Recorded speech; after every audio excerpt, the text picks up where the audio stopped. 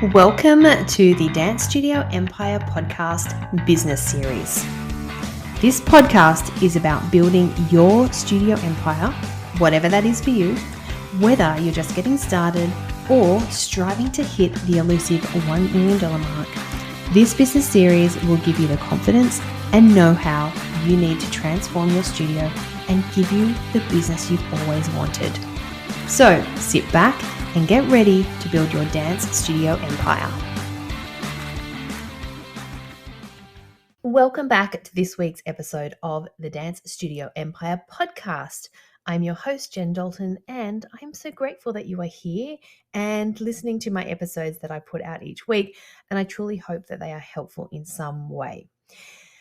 For today's episode, I actually thought I'm going to focus a little bit more on the teacher's side of things and teaching side of things. So it basically, a lot of studio owners are still in the classroom teaching, so it could be a good refresher for you, or you could use this information and teach your teachers, do it in your teacher training, go through some things, and hopefully you'll pick up quite a few points from this episode that will help you help them.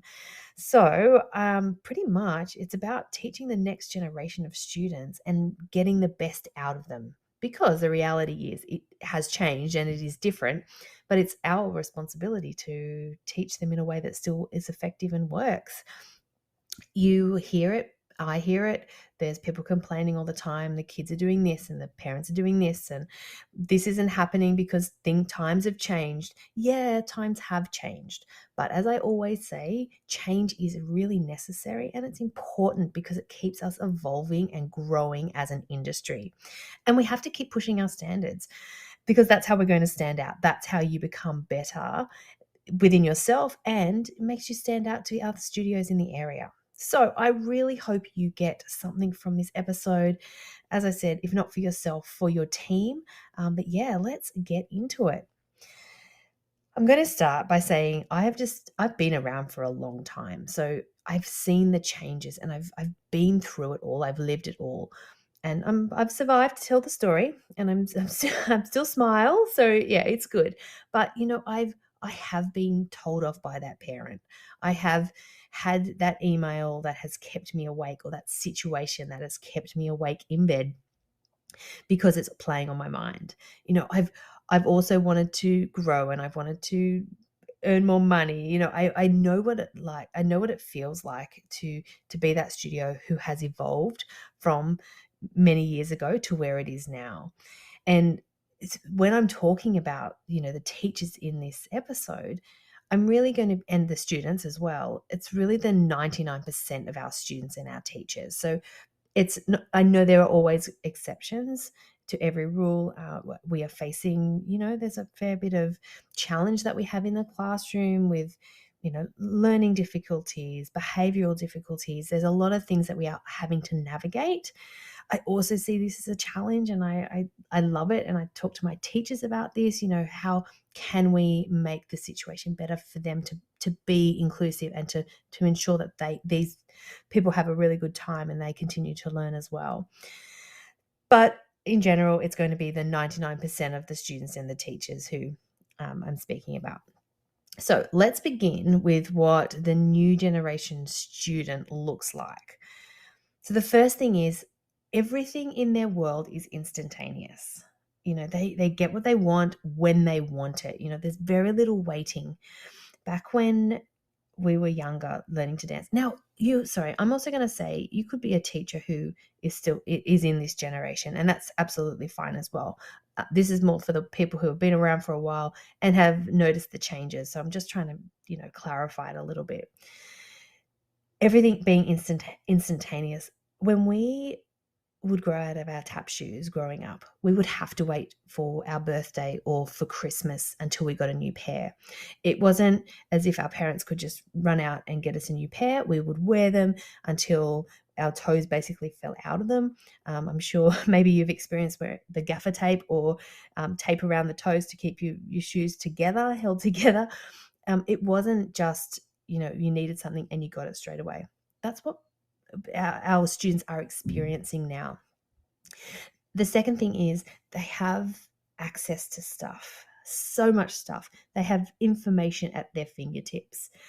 And so now, like, it's easy for them to search. So if all of a sudden they're not happy with something, or they're being told something they don't want to hear, it is easy for them to jump onto the computer and search for something better, something different, something new.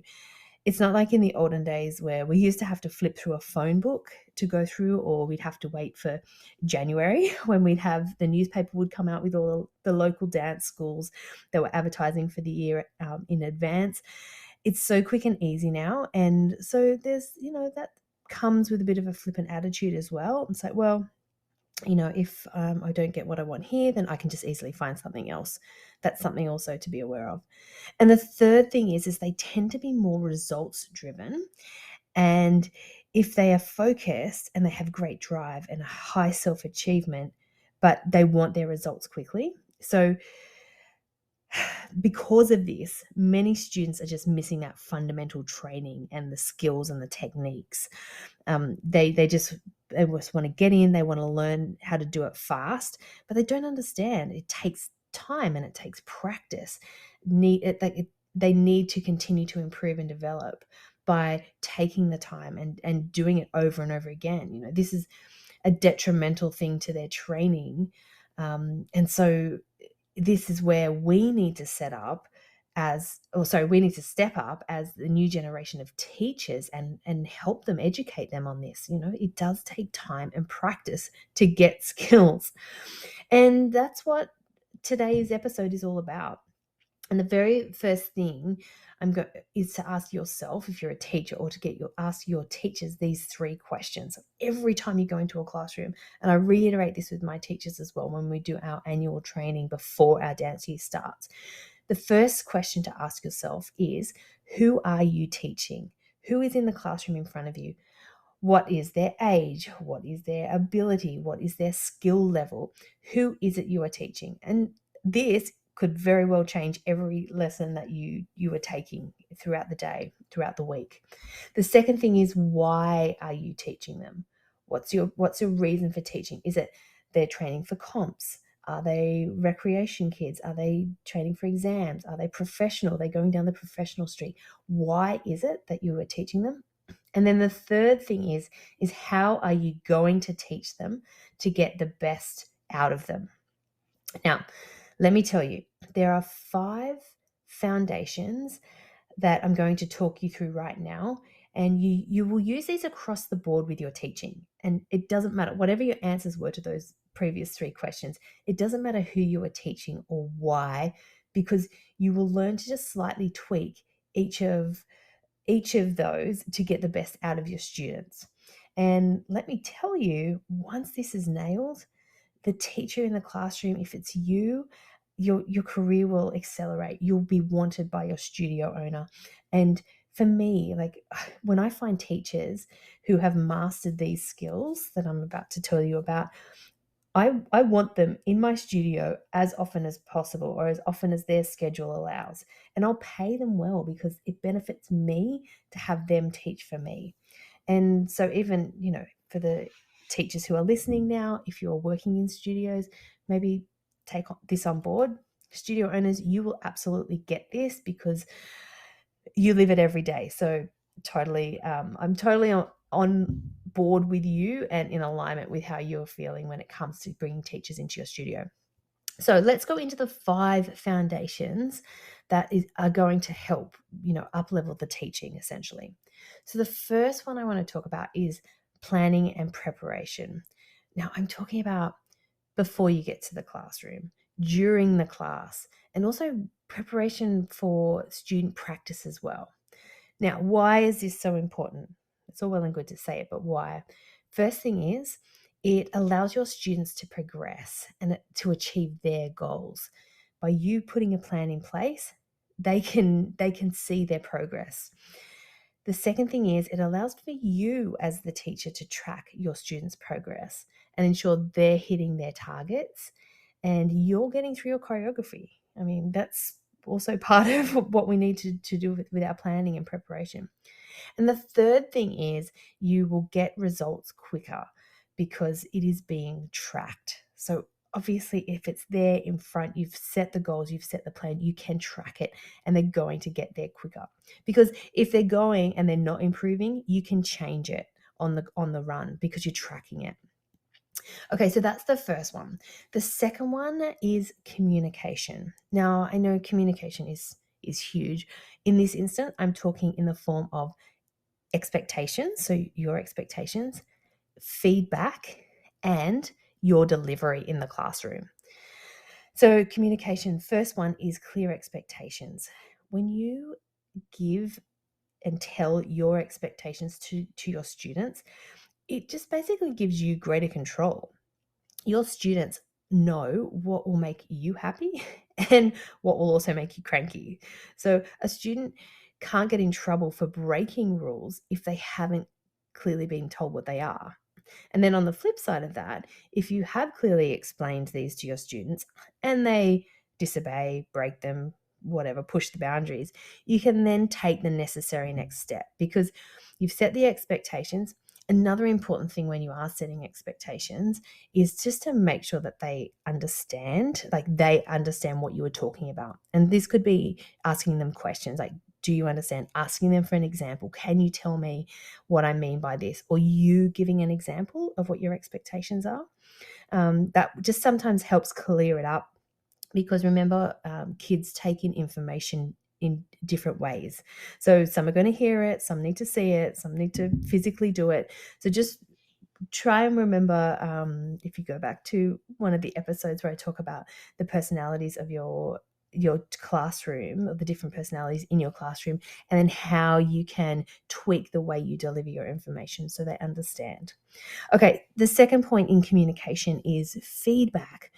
So the only way our students are going to improve and progress is with clear and honest feedback. And I know how hard feedback is to give. It's hard to give as a business owner, it's hard to give as a teacher, but it is really important. But again, it needs to be delivered with respect and graciousness. You know, let them know the stuff that they did well. You should be always giving positive reinforcement.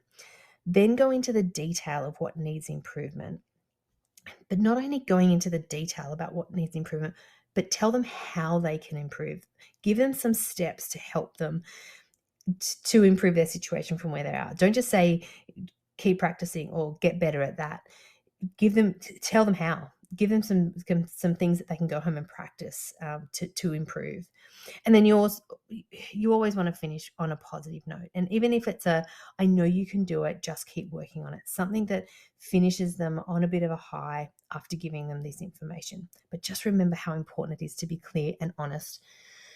And, in the end, they can only take on what you are giving them.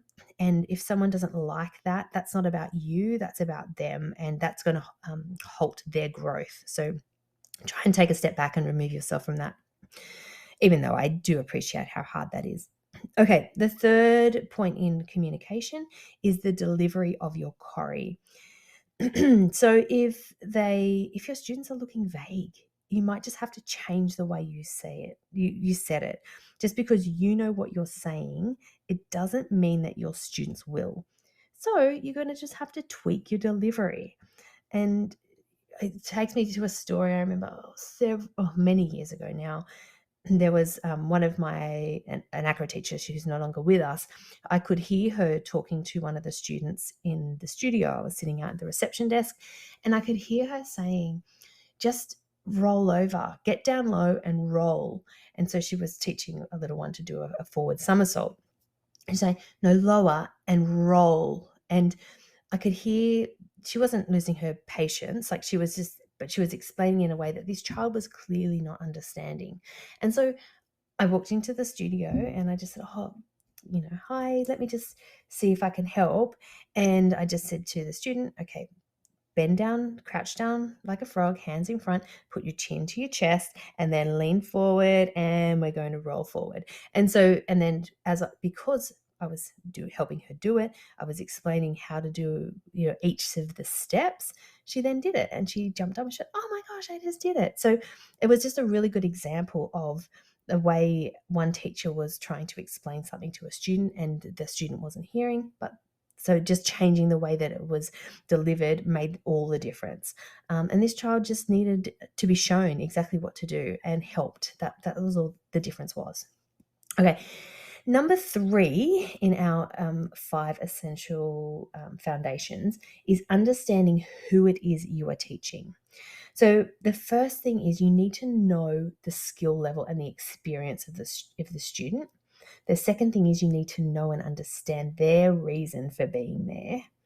And then the third one, and now this is a big one, teachers need to check their ego at the door and understand that when they are teaching, they're teaching for the students and it's not about the teacher. And I've got another story of a teacher. So he came in several years ago now. He was studying full time. He was an exceptional dancer. I was excited to bring him in to give, our seniors a fresh new flavor. But it was a new lot of seniors through. So it was our intermediates had just moved up to our seniors. So they weren't quite at used to dancing at the advanced level that the seniors do. So, you know what I mean. So they've stepped up, and it's a different training when you're dancing with the seniors, with your older kids. And anyway, he's come in and he started throwing choreography at them, like he's taught choreography when he was training.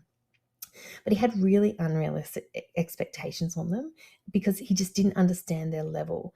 And then they just felt so overwhelmed. They just felt like failures. And in the end, they were sort of quitting on themselves and they were saying, I just can't get it. It's too fast. It's too advanced. And which wasn't the case. He just had to change the way he delivered those classes. The other thing too, in the past, I've had teachers that perform to the mirror, which is fine, or teach facing the mirror as opposed to teaching facing the students, and that's totally fine. That's everyone's prerogative. But I find there are some teachers who actually watch themselves in the mirror as opposed to watching the class in the mirror, which is it's a small thing, but it really does make a difference to the connection with your students, and just making sure that they're taking on board everything that is being taught. Because remember, it really does come back to the teacher if things aren't being understood, if choreography is not being executed, if choreography is not being remembered, if skills aren't improving, it does fall back on the teacher 99% of the time. Okay, moving on to number 4. Now, anticipate. I want you to anticipate the emotional breakdowns and breakthroughs that happen. Okay, this is a really, really good one. Jealousy. Number 1, jealousy between students. It's just a thing, right? Where there are a whole group of different type of humans in a room. Can probably be a competitive thing. Maybe they go to the same school. They're, up against each other in different areas of life, not only just at dance, possibly. It's going to happen. How can you prevent this, or how can you manage this? And again, it's going to come back down to knowing the individual students and what makes them tick, and then how can you build up the confidence in ones that need building up, control the ones who need to be, have their behaviors managed a little bit better and controlled in class. Second thing is knowing there can be tricky dynamics in in the classroom. There just is. Again, it comes back to human nature. You've got different types of personalities in the class. So as the teacher, we have to get creative in the classroom. And things such as positioning, formations, choreography, these things I always will say to my teachers when it comes to positioning. So obviously, in most classes, you're going to have really strong dancers and you're going to have ones who are newer or not quite as strong. And generally, obviously, you want the stronger dancers towards the front because it makes the performance look so much better. But for me at my studio, and this could be totally different for yours, which is fine as well, but at my studio, I want everyone to experience being at the front at some point. And so it just comes down to being really clever with your positioning. How can you do a position where it might just be more simple choreography, or it might be, having one group on stage and two groups off stage. So letting everyone have their moment, but just making it simple so that they can, continue to move forward and keep the dance looking great. And, same with the formations, put them in places where they're not going to stand out, if they do forget, but just make it clever. You can do this. Remember, creativity is our superpower. And then, of course, we're challenging choreography. So choreography, again, I always will say to my teachers, going into a classroom with choreography prepped, particularly at the beginning of a dance year, if you've got new students in there, you're not sure what's going to resonate, you're not sure what's going to hit. So go with a bit of a variety. So have you set your core choreo, and then if needed, you might need to make it a little bit harder, or you might need to make it a little bit simpler, because you always want to be remembering that you are dealing with such a vast array of humans in a room. Okay.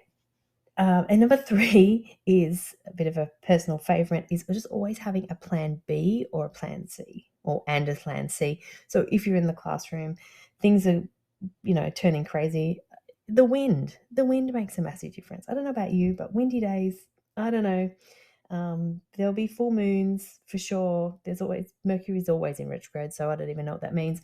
But honestly, just have a backup plan, whether that's a song that they can, nutbush. They can just start doing nutbush, or they can start doing something that they know, something that a TikTok. There you go.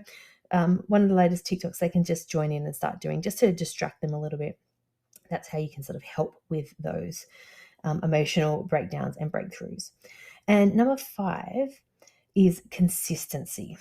So I'm going to ask you, did you have a teacher when you were growing up who was like the best friend ever? It was like chummy, and you were all talking about going out or what you've been doing at school, and it was all fun and games.